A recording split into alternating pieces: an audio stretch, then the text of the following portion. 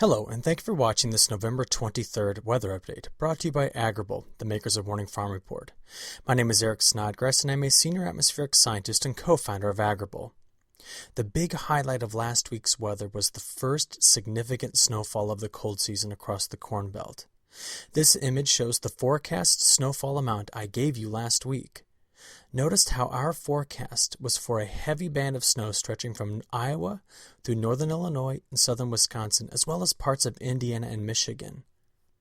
This satellite image shows the extent of the snow cover on Sunday, November 22nd.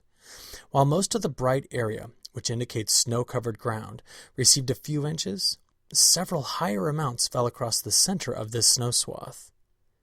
The darkest shading of blue on this map indicates regions that received 8 inches or more of snow. South Dakota received 17 inches, while Dubuque, Iowa received 12. In Illinois, the Quad Cities area received more than 10 inches of snow, while Chicago O'Hare recorded over 11 inches. Many places in Michigan received over a foot of snow, and northern Indiana recorded more than 5 inches as well. Well, after the snow passed, strong winds barreled in from the north, bringing the season's first significant shot of very cold air. Under the dome of high air pressure, clear skies and nearly calm winds finally moved in on Saturday night, dropping temperatures into the single digits in northern Illinois by Sunday morning. By Sunday night, temperatures fell into the 30s as far south as the northern parts of the panhandle of Florida. Now, before we move on to next week's forecast, this map is just a reminder of how warm November has been up until this past weekend.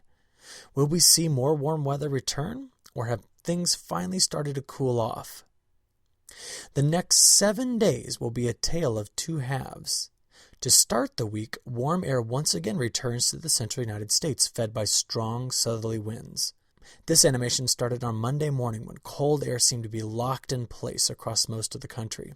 But as the week wears on, we can see the very warm air returning to the north ahead of our next significant weather system. The warm air is then shoved back to the south by a powerful cold front that pushes through the heartland on the evening of Black Friday. By next weekend, the only really warm air is in the deep south.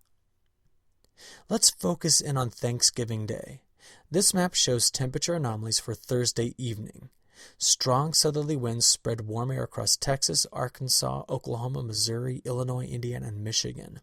But the sharp divide between this warmth and the colder air that follows marks the position of the next cold front. In late fall, winter, and spring, when plumes of warm air like this move this far to the north, they are almost always accompanied by wet weather.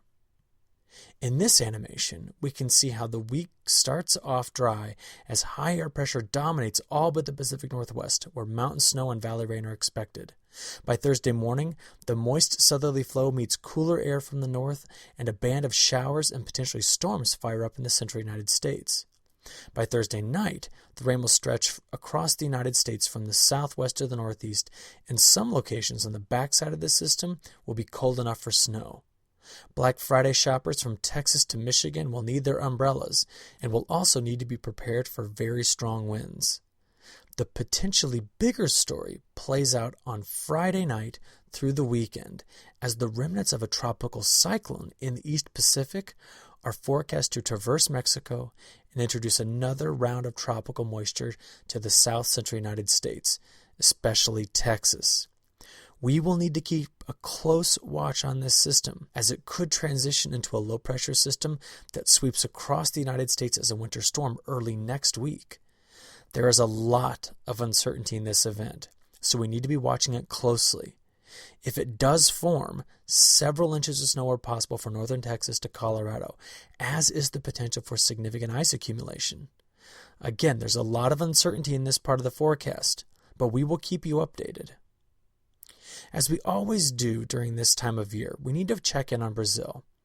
There has been some concern over the rainfall in Mato Grosso over the past couple of weeks. While most of Brazil's growing region have been receiving plenty of rainfall almost daily, Mato Grosso's rainfall has been reported to be a bit sporadic, with some locations receiving far less than others. The map shows the last 30 days of precipitation anomalies. This graph shows that while rain has been falling in the northern growing regions, it has been less than normal. Here, the sandier soils have a much lower holding capacity for water, and this dryness may impact germination in parts of the state. It is something to keep an eye on. However, southern growing regions have had regular rain, as has Paraguay and the Pampas of Argentina. In some locations, the excessive rain has impacted planting, but overall there are no major stories of crop adversity in the southern growing regions. Now, there have been reports of hail damage in Argentina and localized flooding, but this will happen as spring unfolds.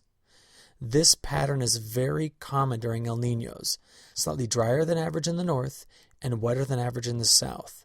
Forecasts, however, are for large production from Brazil again this year. Well, as always, we at Agrible will bring you the latest and best weather forecast information through our morning farm report so that you can efficiently plan your operations. We thank you for your attention and hope you look forward to our next weather video update.